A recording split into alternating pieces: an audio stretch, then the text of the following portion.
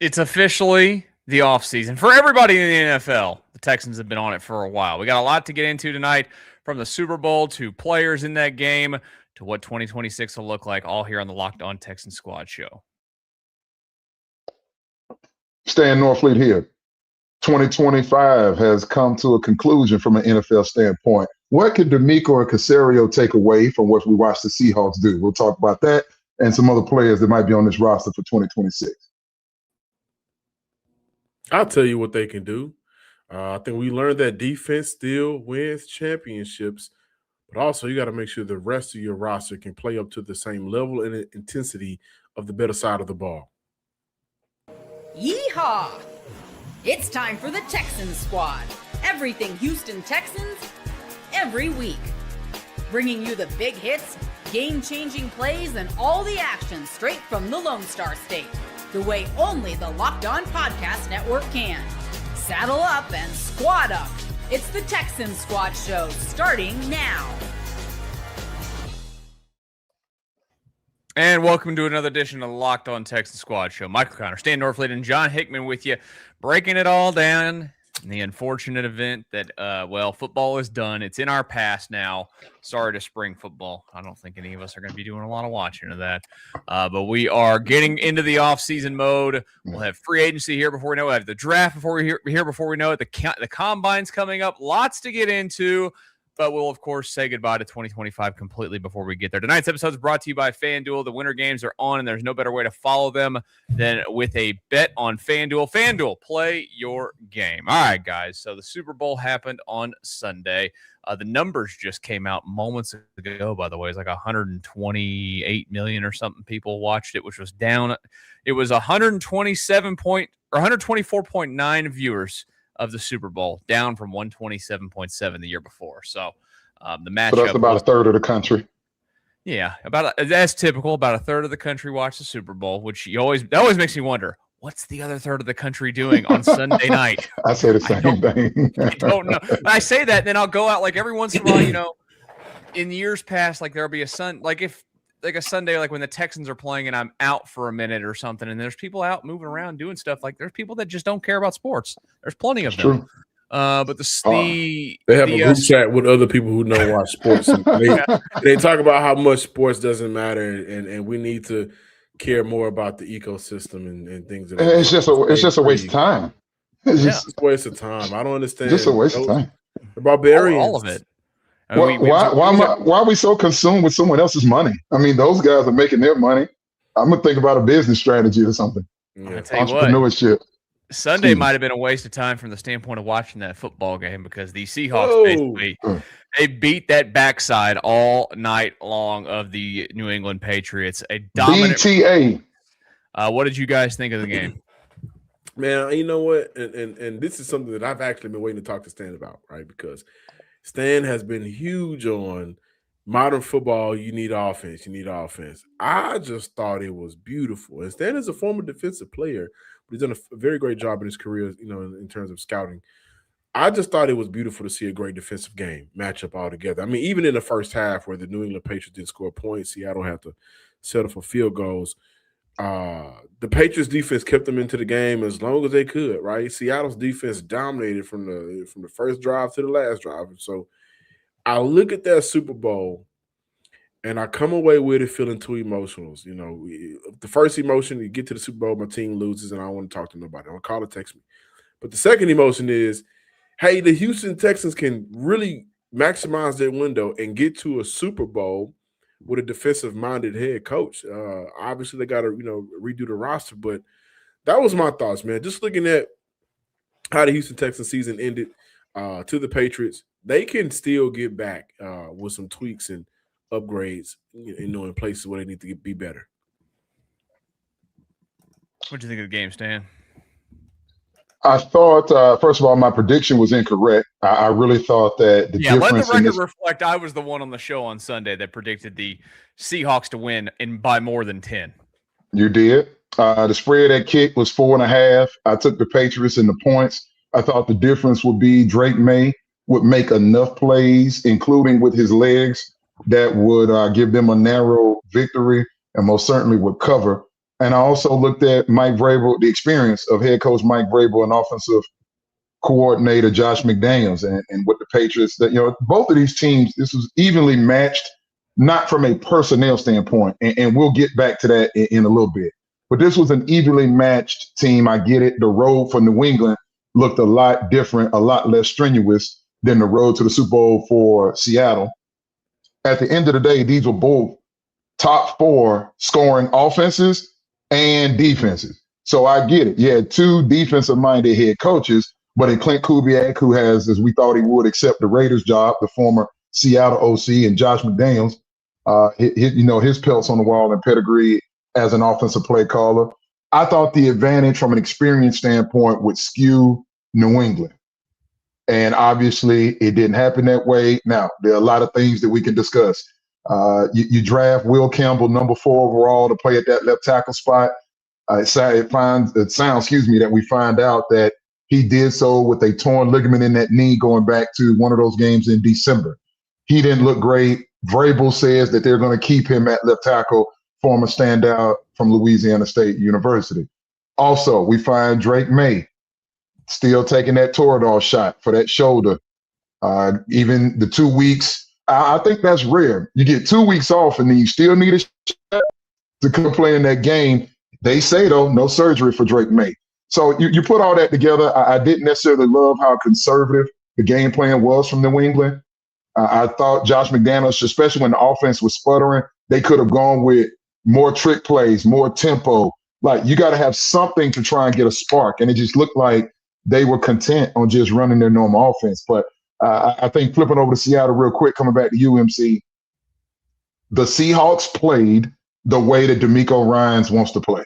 That's how they wanted to look. Now, I would argue the Seattle roster overall, certainly on the offensive side of the football, might be a tick better, and most of that can be found on the offensive line of scrimmage. So with that said, you mentioned it, I mentioned it before we started our show here, and I want to hear your honest thoughts on it. Is Nick Caserio that far off that, he says the number one way to get there is basically to not turn the football over? Was this game proof that you can go with that mindset that Nick Caserio has, that, hey, we play great defense and don't turn the football over, we can win a Super Bowl? You still got to run the ball. I would agree with you, yes. You still got to have guys up front. And I think this is a major talking point right now in the Texan fan base. And I want to hear y'all thoughts as well. People are quick to just say, let's put Titus back over at guard. And I'm thinking to myself, we have this footage in front of us that we can go back and watch. And do we trust Titus? Like, when we compare Titus Howard to Gray Zabel in terms of being able to block, who are you rolling with there? I'm rolling with Gray. Zabel's a better interior offensive line. Yes. Right. Even with, I think, Bradford, one thing about it is, like, Snyder just did a hell of a job of drafting it and building that offensive lineup. Cross, Gray Zabel, Abraham Lucas. So like, things like that. This is where I think Caserio, in some ways, loses the plot, right? They failed on Juice Scruggs and Jared Patterson. They failed with Laken Tomlinson. They failed with the addition of City Snow. So Cam Robinson was a failure. They've had to put Titus Howard back at guard. And once again, it feels like the Texans have to scramble to make up for the lack of in whatever area, and it hurts the offensive line in the end. And so, do I think the only way to, the best way to win a Super Bowl is to not turn the ball over? I mean, that's one way, obviously. You don't want to turn the ball over. But the biggest difference, in my opinion, from the Houston Texans to Seattle, the number 1 and number 2 defense, and they were interchangeable throughout the entire year. In fact, if it wasn't due to the Texans sitting players, the last game of the year, Houston probably would have ended the year with the statistical number 1 defense, right? Sam Darnold and C.J. Stroud, career-wise, you could put them on the same level, albeit, Sam Darnold has been able to have a little bit of redemption story because he played in 2 similar schemes, right? But Nick Caserio's inability to build an offensive line through the draft has been a major issue for the Houston Texans, right? He inherited both Laramie Tunsil and Titus Howard, and Houston Texans traded for Laramie Tunsil. So he's not even technically homegrown. And also, in back-to-back seasons and decisions to roll with inexperienced play caller. They had Ryan Grubbs in Seattle last year, and Ryan Grubb wasn't bad. They went 10-7. They was a decent offense in terms of points per game and yards and that, but they knew that they had to upgrade. And they went and got Clint Kubiak, who was an offensive coordinator, experienced offensive coordinator the year prior in New Orleans. Instead, you see the Houston Texans, what do? Right? They go get another first-time inexperienced play caller in the midst of this window. So Houston isn't necessarily far off, but Caserio just has to flat out be better. And I think for a lot of us, maybe you guys, and I'm on the run right here, but do you feel like Caserio can get to the level that John Snyder has been able to get to since 2022? I'm not sure. Let me try and address both questions. Sorry for being long-winded there. You're all right. It happens. I do it all the time. So, MC, your question. Caserio has to go look at the numbers that I'm about to offer you. The Texans were 6th best in point differential this year. So, like, that defense did more than enough. CJ didn't turn the ball over in the regular season. Now, he missed 3 games with that concussion, I believe. I believe it was 3. Yeah, because he got the Davis Mills went 3-0. So, like, the defense was taking the ball away. Your offense was not turning the ball over. Like, how much better? Now, is he talking specifically about the postseason? Then, yes, it gets magnified. But that's when you need your roster to help your young quarterback. You need to have an insurance policy if Nico Collins goes down, if Dalton Schultz goes down. You were without Joe Mixon the whole year. They called the Jets about Breece Hall. The Texans were not willing to fork over a 3rd-round pick for a running back. I wonder, would Caserio do the same decision today? Or would he give up a 3rd-round pick in 2026 so they could have had Breece for a playoff run this year? And when I look at what happened out there on Sunday, the difference in the game was the Super Bowl MVP.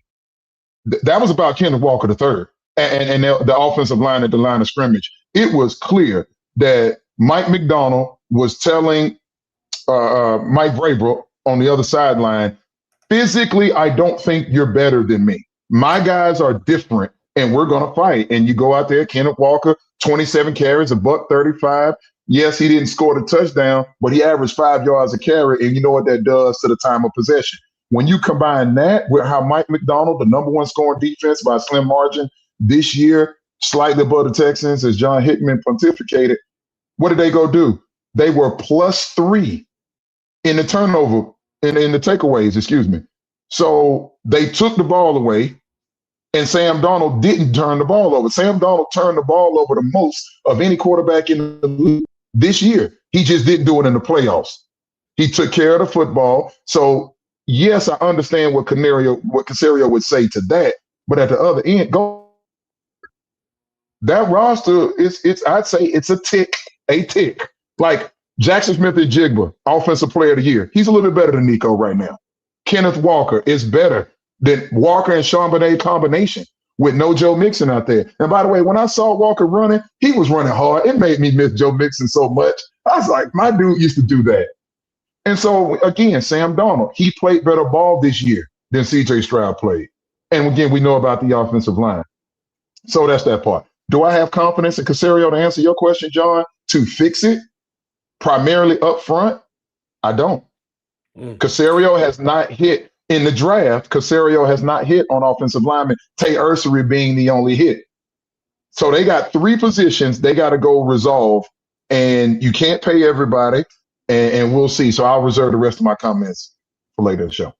I do want to bring up really quick when we compare John Snyder's 22 draft class to Caserio's 23 draft class. That's the draft class where he goes up and get CJ and Will Anderson and Tank Dillon in that draft class, right? For Snyder got Witherspoon. I'm looking at him right now. You got in 22 Charles Cross, Bo Maeve, Kenneth Walker III, Abraham Lucas, Kobe Bryant, Reek Woolen. Those are the first 6 picks. All starters, all dependable. And when we look at the quarterback play from the Sunday's game, right? And I want to compare it to the last time we saw C.J. Stroud. Well, Sam Darnold wasn't good. He was not good in the first half specifically. I think he threw for 88 yards in that first half. Wasn't good. Kenny Walker, nearly a buck on the ground. So you look at the combination of Charles Cross, Abraham Lucas, and just the offensive line put together, how that offensive line was put together with Kenny Walker. When the quarterback wasn't able to deliver, they were able to lean on other players. And for Houston offensively, it's been Nico's in, Nico's out. Tank in, Tank's out. 1 year with Stephon, he's out. 1 year with Joe Mixon, he's out. There hasn't been a consistent group of offensive players that you can lean on outside of Nico and Dalton Schultz. Both of those guys missed the game. C.J. Stroud had no one else to lean on. The offensive line was putrid. Running game could never get going. And I think ultimately that's why we see the Houston Texans struggle to win the game, and that's why they lost. And they MC, real quick. Yeah.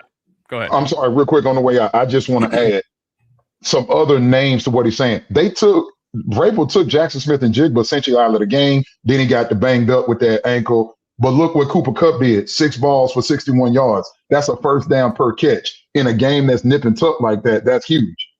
Get what else they did. They went out and we talked about Kenneth Walker III running the ball like that. I love the motion. 3 different times that I can think of, they run some jet motion or some reverse actions with Rashid Shaheed, who they brought over before the trade deadline. You look at what they did going to get the drafting of Ernest Jones IV, who's an underrated. He's having a career trajectory like what's our guy? Oh shoot, 0 for the Texans. Why can't Aziz, thank you. He's trending like that, where he's an underrated player. I think he had 5 or 6 interceptions this year. They're earning Jones the fourth half. So Nick Amawari, a guy that had a nicked up ankle coming into that game. Would he play? He did. He went out there, he started, and he played decent football. He's their Jalen Petrie, and he's been playing excellent all year. I just want to give Snyder a round of applause. He hit on everything. The draft, the free agency, the offensive play caller, the depth. They hit on everything. Hit on everything. We need the Texans to do just that. I have a question for you guys related to the quarterback, what we saw out there, and what it could mean for CJ here in a second. Locked on Texans Squad Show. All right. The winter games are officially here. And if you're anything like us, you're locking into events you only get to see on the biggest stages every 4 years. And that's why following the winter games on FanDuel just makes sense. From medal counts to individual events to finding your angle on the sports you care about most, FanDuel gives you more ways to stay connected to the action. The drama of curling matches that start slow and somehow get intense fast. I was watching curling yesterday. It was intense. Speed skating races decided by inches, hockey games that feel different right from the opening face-off. Every niche event becomes must-watch event. You're fully locked into the competition. FanDuel keeps the entire Olympic experience engaging from start to finish. The Winter Games are on, and there's no better way to follow them than with FanDuel. FanDuel, play your game. Michael Connor, Stan Norfleet, and John Hickman with you. Yeah, guys, I was watching the Winter Olympics yesterday. I'm already sports starved. That's where I'm at right now. I seriously put the curling on. I have no idea what's going on in curling, but I'm watching it, and I'm like, this is kind of intense. You don't want to support that team that plays at the Toyota Center downtown Houston? Oh, I do watch them. I don't have much hope that they're going to do anything other than go to the playoffs and get bounced. See, I didn't say their name right. I just said that team. Oh yeah. Oh, y'all stop that. The Houston Rockets playing good ball. I know it's been up and down. They're playing good ball. They're just frustrating to watch. That's my problem. They're frustrating. They're 4th in the West. Clippers in town tonight and tomorrow before we go into All-Star break. You know who the Houston Rockets are? Have you ever been in a relationship where you just know that person ain't gonna get right? Yeah, and it takes a while for you. I needed that. I think it's how many Texas fans may feel about that general manager too. But you just know they're not gonna get right. But you stick around to see because maybe you're a God-fearing man, right? But it ain't gonna happen. That's that team that plays downtown in the Toyota Center. And I think they're a game out from. They're a game out from the 3rd seed. I think they're like 3.5 games out from the 2nd seed. Rockets will make the postseason. They'll be fine. Yeah, they'll be fine. The Texans do. Will the Texans be fine is the question. Yeah. So we talked about John Snyder. I know you got to move on, but just listen to this. Since 22, Charles Cross, Bo Mafe, Kenny Walker III, Abraham Lucas, Kobe Bryant, Rick Woolen. That's 22. 23, Devin Witherspoon, JNS, Derek Hall, Zach Charbonnet, Anthony Bradford. Just gave you guys 10 starters. That's like 10 starters. Yeah, that's about 10 starters. 24. Byron Murphy in the first round, AJ Barner Starter, in the fourth round, contributor. Nehemiah Pritchard in the fifth round as well. 25, Gray Zabral, Nick Starter. Amawari, Starter. Elijah Arroyo. I mean, they even get Torrey Holden in the fifth round. You know, he had a minimum role for them this year. But when you talk about, and their center was undrafted the year they got him. So they rehauled, they did their entire offensive line around in 2 or 3 seasons, man. It doesn't take that long, bro. He might be the best general manager in the sport at this point. Like, can I say something before we pivot? Yeah. I just want to add something. Do y'all realize this is now back-to-back seasons that the Texans have lost? The last football game they played, the team they lost to in the AFC went on to play in the Super Bowl. Now, neither team won it. Kansas City lost to Philly last year, and then obviously the Patriots lose this year to Seattle. But, like, they have to feel like they're close, right? You're close, but are you really close? Because I'm be honest with you, just based on what the Texans looked like the last time we saw them, I don't think the Texans, had they gone up against that Seattle team, I don't think the outcome would have been different. I think Seattle would have won that game as well. But in the case for the Houston Texans, and MC, I know you are a homer, right? But in the case for the Houston Texans, who, 25 years of being around, they haven't sniffed an AFC Championship game. If you get there, I think that's cause enough to celebrate, right? We're going to come back to that because that's a question I was asking in the chat today. Okay. Like, are the Texans ascending or is this a plateau? That's a great question that we're going to answer in the next segment here in just a few moments. I did want to ask you guys here in this segment. We're talking about the game, obviously, and John, you mentioned it earlier. Sam Darnold did not have the greatest game ever, and statistically, especially, not the world's greatest football game. But I watched that football game, and for a guy having a bad game, I thought he played a really good game, and this is what I mean when I say that. I thought that he did not play scared of having guys in his face at all, at any moment, at any point of the night. He stepped into every throw that he could still step into and make. There's always an element of luck involved to not turn it over in those kind of situations. But I really thought that he gave off that vibe of not being rattled the entire night. And to me, in that moment, in that game, that was huge. Is there something C.J. Stroud can look at from that game and go, I got to emulate that? Yeah. So I think, for one, Sam Darnold has I think his offensive line has afforded him the ability to do that because there's real trust there. So how often have Sam Darnold been hit this year compared to, just this year alone, compared to CJ and where the pressure is coming from? And they've done a good job of picking up on pressure throughout the year. Gray Zabral, I think, has only allowed one pressure this entire postseason run. Phenomenal. So for Sam Darnold compared to CJ, when we saw CJ against the Patriots, he looked shocked because it would happen so often. And there was nothing for him to lean on compared to for Sam Darnold. I can hand this ball off really quick and take a break from this play in a sense. All I got to do is hand it off. And I think that allowed for him at certain points of the game because he was extremely elusive. Mint Williams had him dead to right a couple of times. And I was just like, what's going on? When did Sam Darnold turn to Sam Vick, right, or Sam Newton? So I think that is something that was a blessing from the offensive line, and then he just was able to be fresh enough throughout the game to continue to step into throws and deliver and also be elusive when he had guys in front of him. That is also something that, MC, you're absolutely right, C.J. Stroud needs to implement in his game.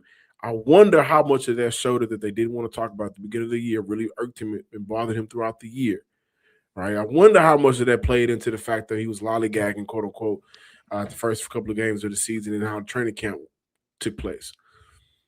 But for Darnold, I think when you have an offensive line that has done an amazing job in the postseason, keeping you fresh and healthy as possible, your job is to reward them by not allowing the sacks that may be easier. And I don't think he felt pressure a lot throughout the game, and he delivered when he needed to.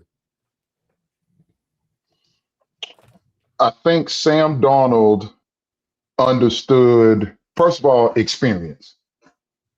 Sam Yes. Darnold was playing with house money, right? So when you go through the lumps that he took, a lot of the same stuff that we're saying about CJ right now, some of the people in the fan base are saying about CJ right now.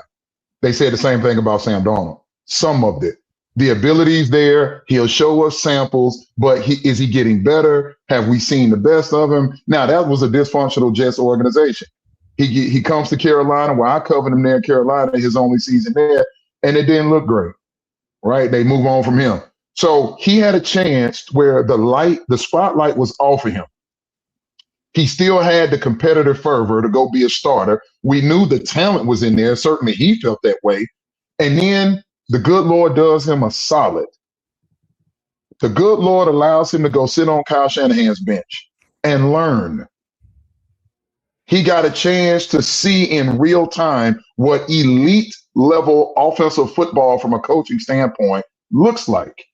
Oh, then he gets the benefit of getting the starting job, and he goes to a disciple. He goes to Minnesota, and there's Kevin O'Connell, where he gets an extension. He gets graduate school in terms of the Kyle Shanahan offense.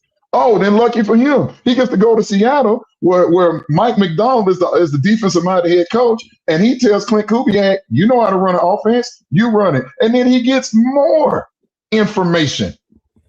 CJ has not had that. So CJ has not been was missing compared to Sam Darnold. We compare Darnold and CJ Stroud. Comfortability. Well, I'm going to say comfortability. That's one way to put it. I'm going to put it as like, all due respect to Bobby Slowick. He was trying to learn how to do this. Nick Caley's trying to learn how to do this. Look at what's going on in these other places. Kansas City, an experienced play caller, right? In Philly, an experienced play caller. And I'm just on recent Seattle, an experienced play caller. In New England, experienced play caller. What did the Denver Broncos go do? They played in the AFC Championship. Experienced offensive play caller.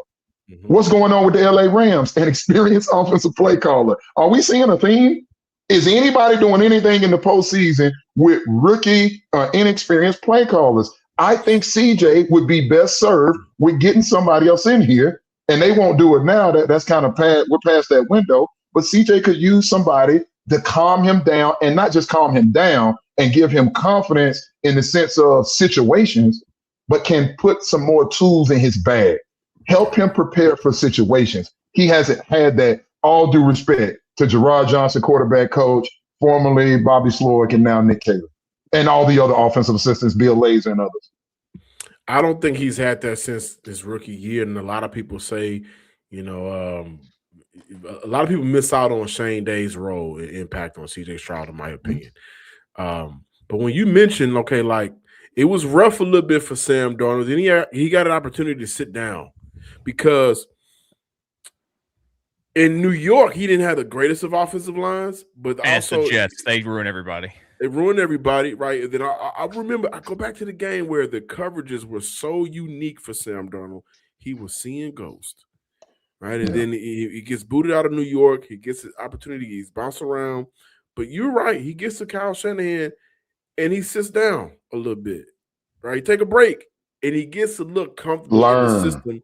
He learned. And in 3 years in a row, he goes from Shanahan to O'Connell to Kubiak. All across the board, the same philosophy. For CJ Stroud, the last 2 seasons, not a good offensive line, right? They improved a little bit this year, but the comfortability for Stroud, I think, has been missing since his rookie year. And we wanted to see, as I mentioned, I'm looking at it right now, in the regular season this year, Sam Darnold threw 14 interceptions, 25 touchdowns. Mm-hmm. He had the most turnover-worthy plays of any starting quarterback in this league. The defense was good enough to bail him out. What's wild is if you just go compare his stat lines to like Matt Schaub's stat lines in the Kubiak system, eerily similar. He had a Matt Schaub year. Yeah. And what's crazy? Nobody on Seattle's defense got hurt. Having a ball thrown at him. Thank God Case Stover doesn't need surgery. It doesn't sound like. But then you go look at Sam in the postseason. It wasn't outstanding in terms of like eye-popping. Sam Darnold, 61.5% completion percentage, 672 passing yards, 5 touchdowns, no pick, a passer rating of 102.4. Like, we wanted to see, could he answer the bell in those moments? Those same questions, and now he's obviously a lot more NFL, a lot older than CJ. But now that's going to be, and this is the hard part. This is where we're going to learn something about CJ. Can you handle the criticism? From the moment you report to off-season workouts, OTAs, minicamp, from all of that, the moment from then until the last football game of the 2026 season, people are going to ask, what is CJ Stroud going to do at that moment? The moment was too big for Drake May the other night. Now, granted, his body was banged up a little bit. We talked about the shoulder. But overall, Drake May had a vibe that was reminiscent of what we saw from CJ Stroud in 2 playoff games this year.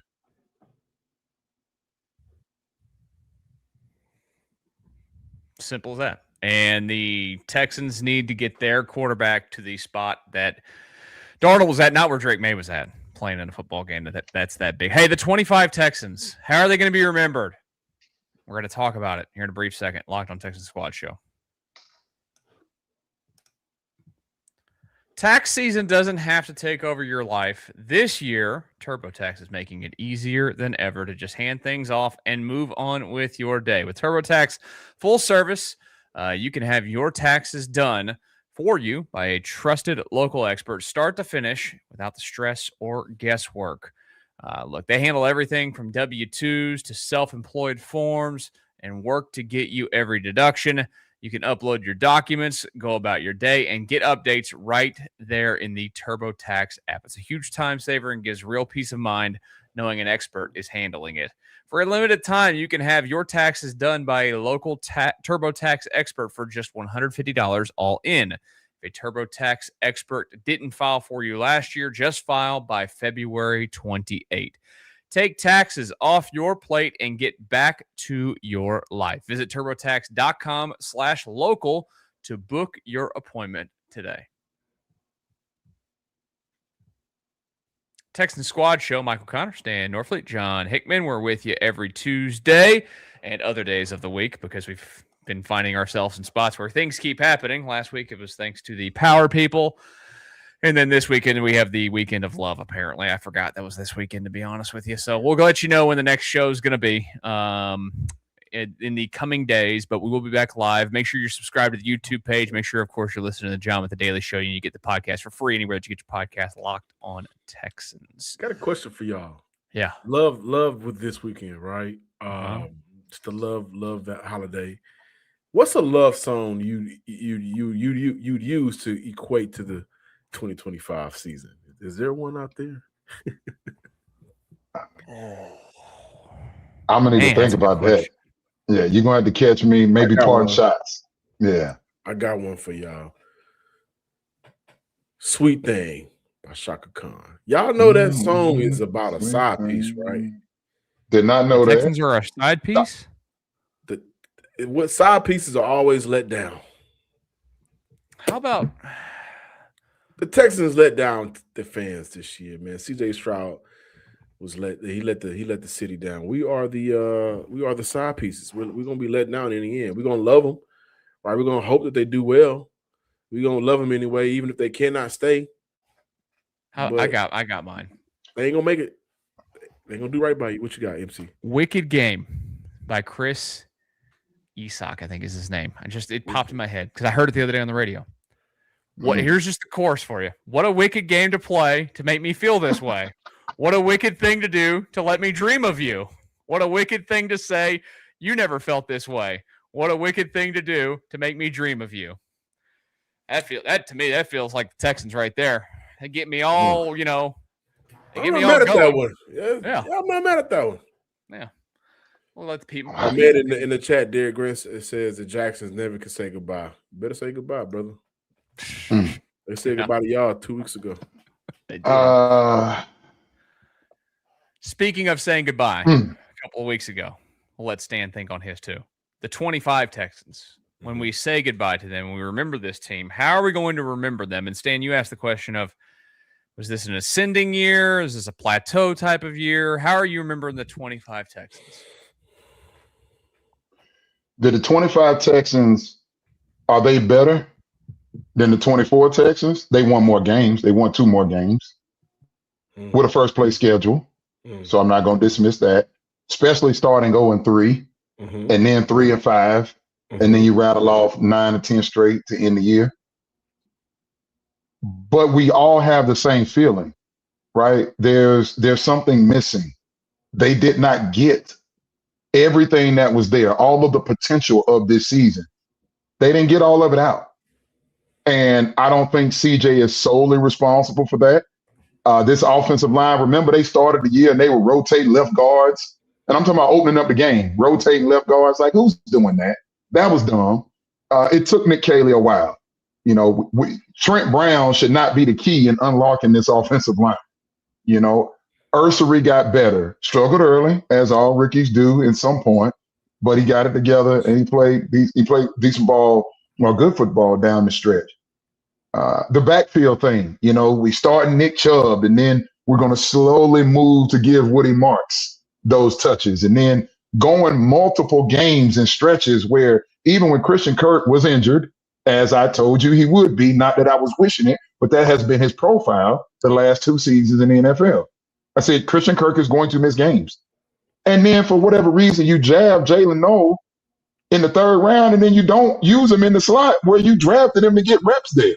So I didn't understand what they were doing. So for me, I think about the 25 season. On one hand, we have to celebrate D'Amico, 3 consecutive years, double-digit wins, the 12 wins matching in the regular season, matching the franchise record. All of that's outstanding.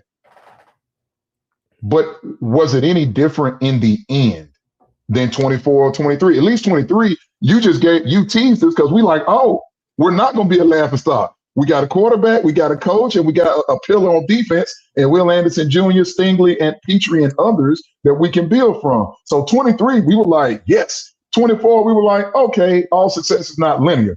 25, we were all like, with that defense, this is the best we can do. So I thought it was just incomplete would be the word I would use. 25 Texan season was incomplete. Okay. John? I got to steal that one. I got incomplete. No, listen, because even with the loss to New England, right, it still feels like if they would have just handled their business, they're punching in the Super Bowl ticket.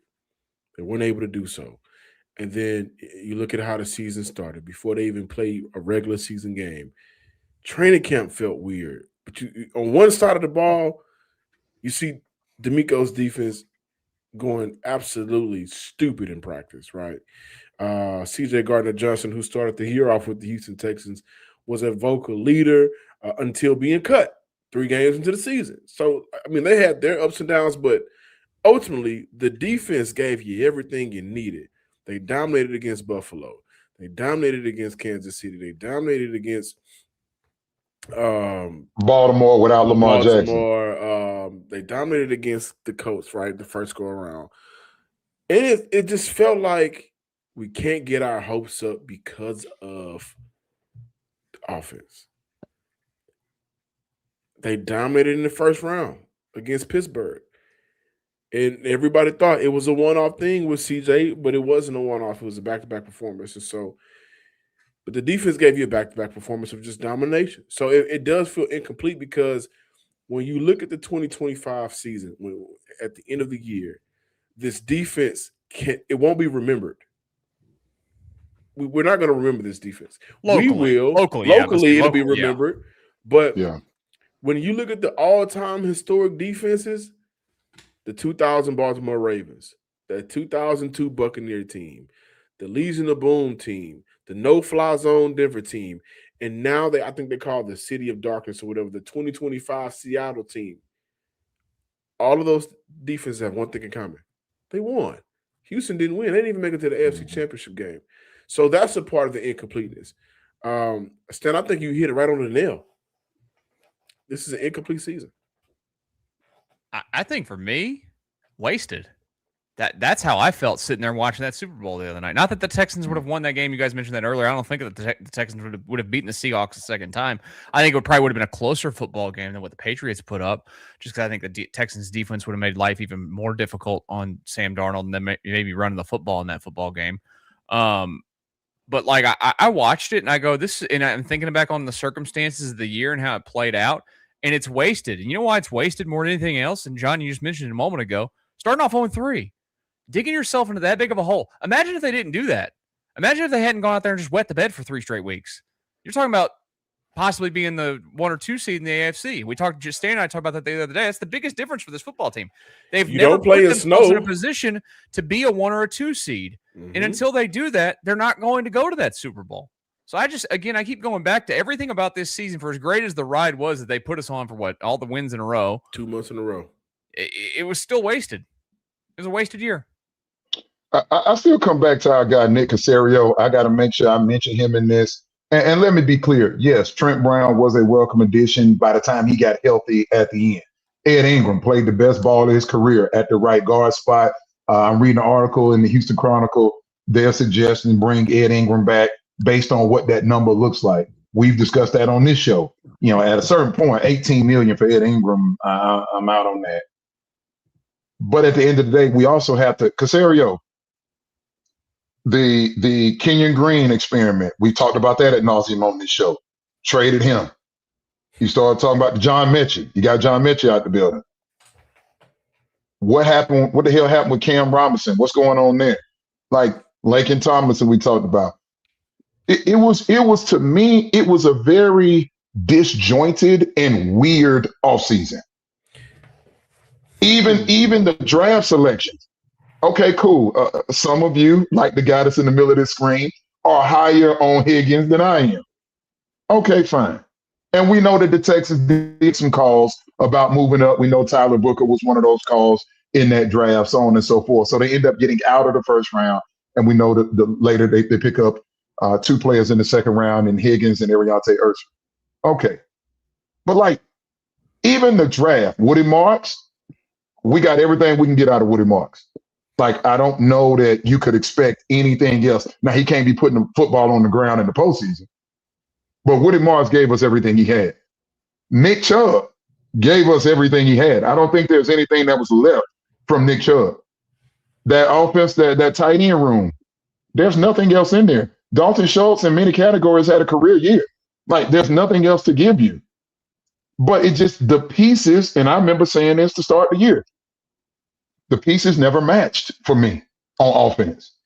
The special teams, Kymie Fairbairn tied the league lead. I think it was 44 field goals made in the regular season. 1,000 points scored by him. Like, Kymie wasn't the problem. Special teams wasn't the problem. Defense clearly wasn't the problem, though they did get leaky down the stretch in spots.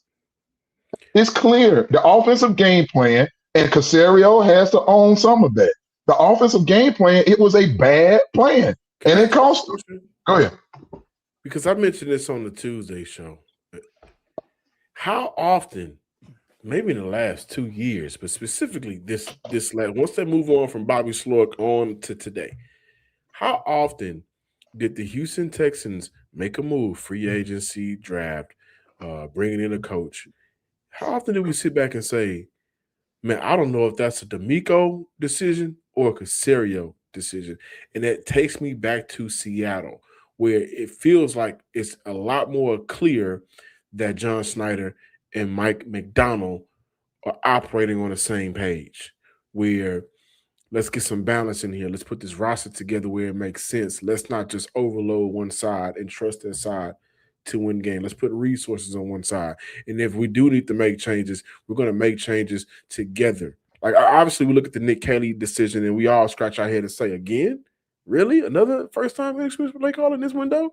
But just different moves and decisions. So for you guys, did it feel like this year that MC, you say wasted, you and I say incomplete? Does it feel like being disjointed from the 2 top guys led to Houston's season ending the way it did?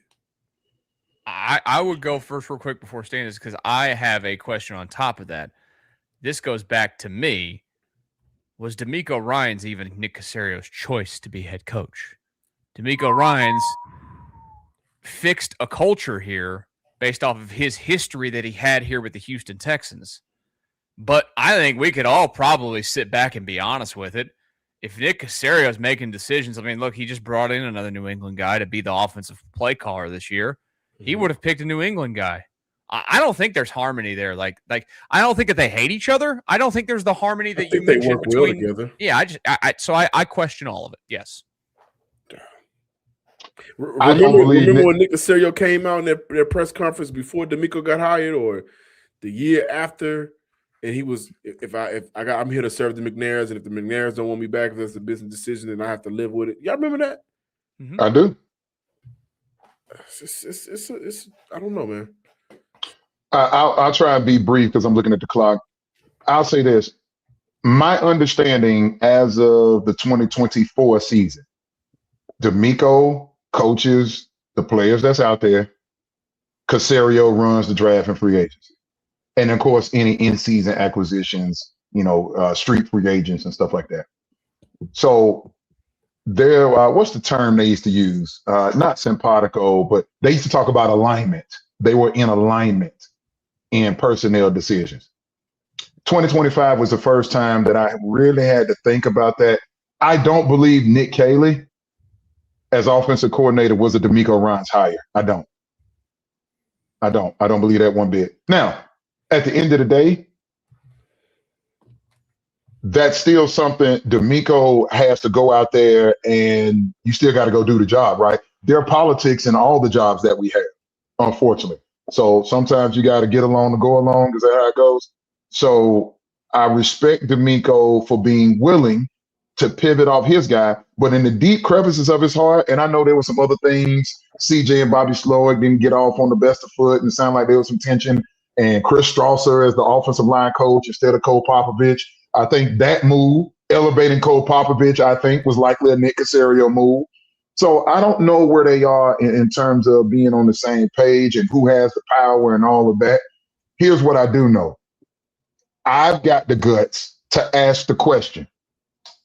If we get to this level again, if we aren't in the AFC Championship game, if we aren't in the AFC Championship game next year, when that quarterback is on that rookie deal, then they're going to have to make some drastic decisions.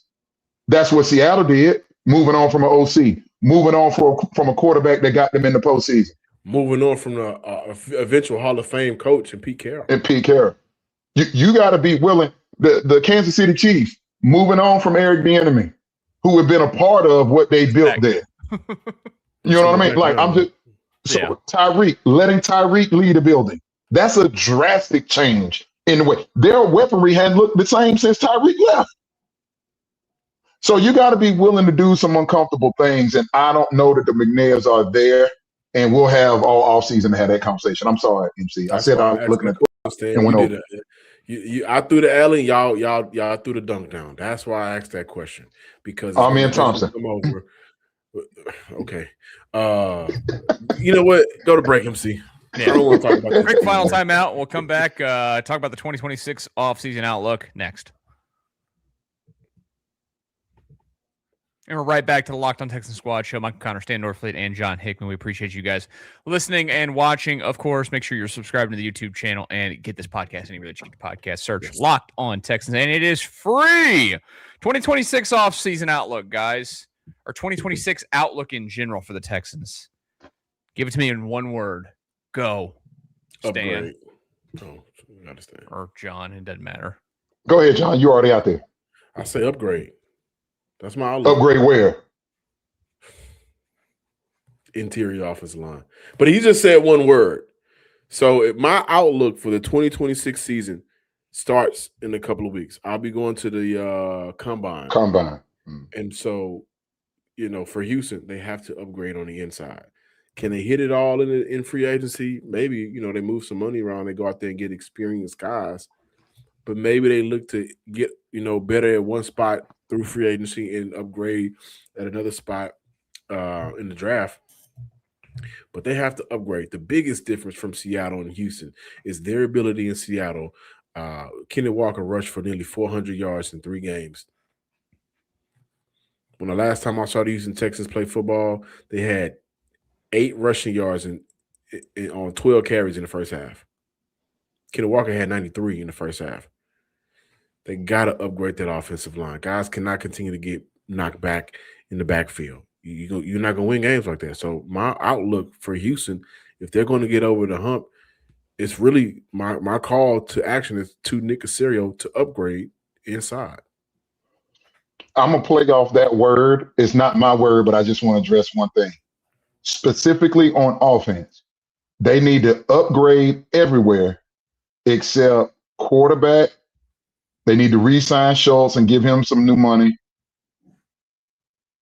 And the tackle positions, if they're able to upgrade at that interior on the O-line, you push Titus back to right tackle where he plays a little bit better than he does on the interior. So you got Ursher and Titus as your tackles. But everywhere else, running back got to upgrade. Even if you re-sign Schultz, the tight end room needs to upgrade. God bless Nico Collins. He's a top 12 wide receiver in this league. They still need to upgrade the wide receiver room. And I know they spent a second and a third round pick. I know Tank Dell is trying to come back. I get all that. They still need to go upgrade that.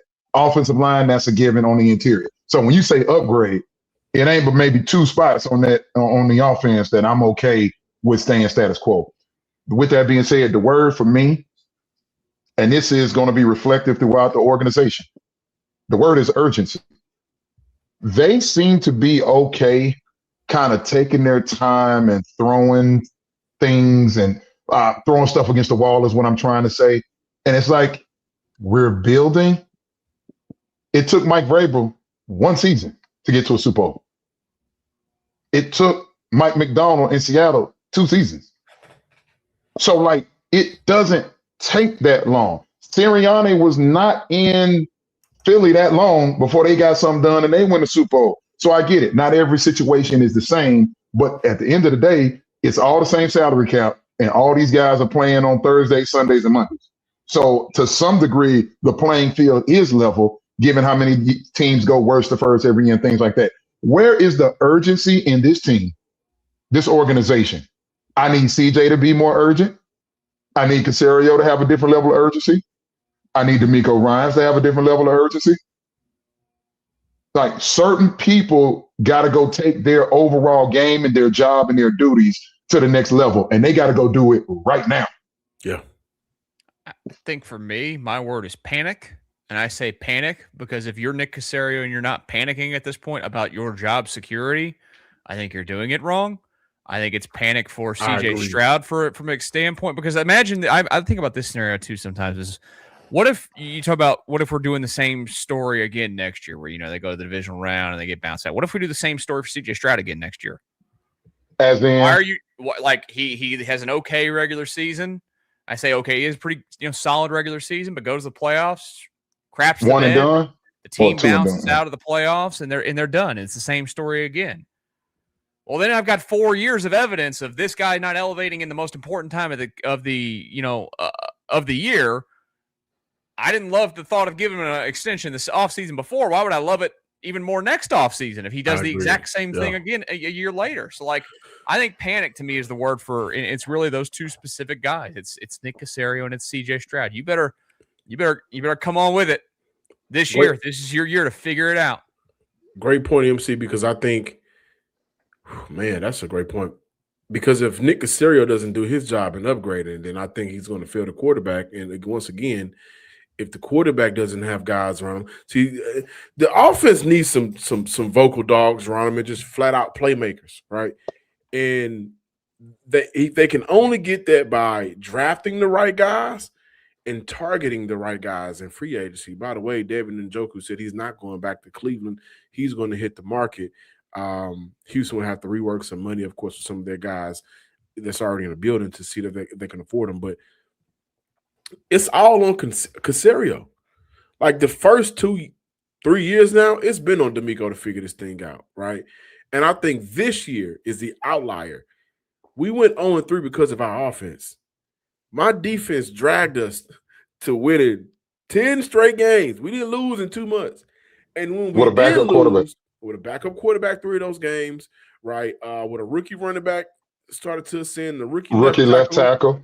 Rookie wide receiver, 2 rookie wide receivers, Christian Kirk that was a no-show all but one game, right? Nico missed games. Nico missed games. Dalton Schultz just fought through it.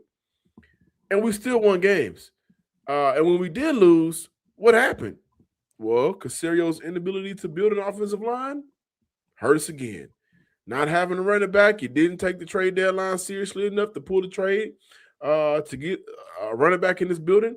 You chose Nick Chubb over J.K. Dobbins. Now, J.K. Dobbins. I was thinking it ain't just at the trade deadline. It's what they chose to start the year. Thank you. I'm glad you said that. Right, and then overall, you decided if first it don't succeed, normally you pick yourself up and try again, but you try something differently. Caserio said, "Hey, you know what? I'm gonna go get me another first-time head play caller, offensive coordinator. I think we can make it work." So I think the adversity that Houston fought through this year, we need to go ahead and say thank you, D'Amico. And I was pissed off when the win streak, the losing streak happened, the 0-3 and 3-5, and even I counted them out. But when the win streak started, people stopped going to press conferences post game, right? It was no longer let's talk to D'Amico. One time it was 4 or 5 of us in there. I was disappointed, and I felt that it was disrespectful to D'Amico Ryans. He coached his ass off this year. What more can he say? What more can he do? It has to be on Nick Caserio to figure this thing out.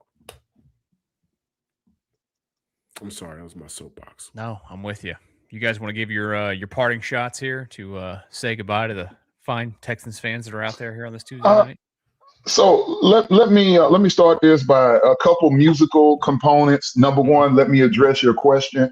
What song would I attribute to the Houston Texans 2025 season? Artist, Usher. Song, Let It Burn. We Still Good. Okay. We Still Good. Now, one of the lyrics in there. Let It Burn. One of the lyrics in there says, "We ain't good, but we still good." That's how I feel about the Texans right now. We ain't good, but we all right. Like, I still support you. I still rock with you, but I'm going to tell you when things don't look right to me. And I'm going to give you poignant and educated, data-driven and experience-driven reasons as to why I feel the way that I feel. So, Usher, we still good. All right. Super Bowl halftime show. I understand that Bad Bunny is a mega star. I was not familiar with who he was until a young lady in my building last year mentioned something to me about Bad Bunny. I think he stole, which Jenner did he steal? Is it Kylie? He was with one of the Jenners. He took one of the Jenners from everybody but the three of us on this show have been with the Jenners. No, he took one of the Jenners from Devin Booker. Kylie. Okay, so Kylie's with Bad Bunny, so it was really an NBA conversation and turned into I learned who Bad Bunny was. Obviously, he's doing big numbers. Obviously, he's got influence and fame and wealth, and all of that's awesome. I would have preferred the show more if I could have just understood what was being said. Yeah.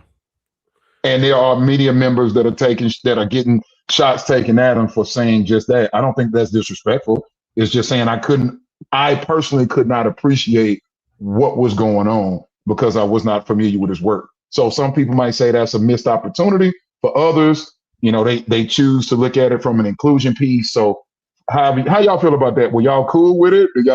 Do y'all side with me? I thought it was amazing. From a visually it looked fine.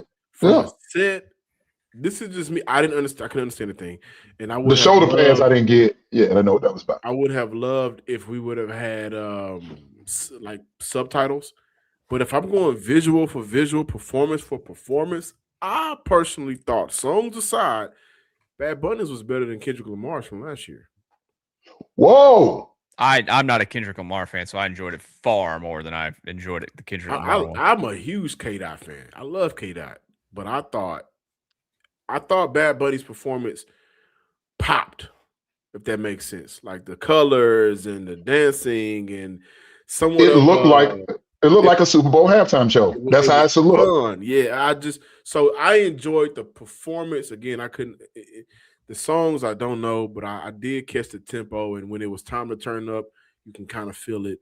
but I did enjoy it. My part of the shot is, Zaire Franklin was on the 520 podcast, and Jeff Colts T, linebacker.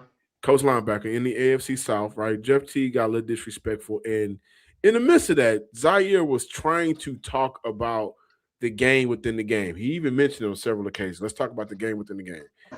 And it really dawned on me, most people don't know ish about football for real. Like, because Jeff Teague was saying, "Where's the stars? Where the big names? Where the Ray Lewises?"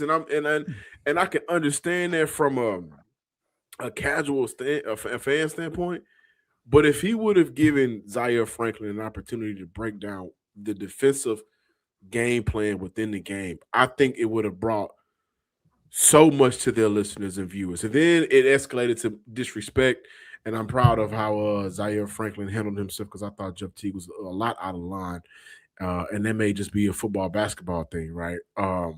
But in moments like those, I think it's okay to shut up and let somebody with experience talk about what they know. Yeah, I wouldn't go to Jeff Teague for my football takes. I don't even know him, but that's just me. My parting shot is, this sucks that football's gone. There you go.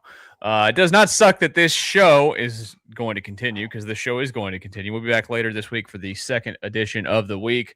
Of course, you'll join us again the following week for 2 shows, because we're not going anywhere, baby. We got an off season to get to and a lot of topics ahead of us. And at some point, the good old debates on people's lists, that's coming too. Year-round. We hope that you guys. I saw ESPN was doing list topics already. Oh, I got them loaded. The Analytics is heavy right now. 2 days after the season. Way too early. Wait until the middle of May and June, please. Can we get to the draft, please? Yeah, please get us there. But again, join us later on this week for the Locked On Texans Squad show. For Stan and John, I'm Michael. We appreciate you joining us. We'll talk to you on the next Locked On Texans Squad show.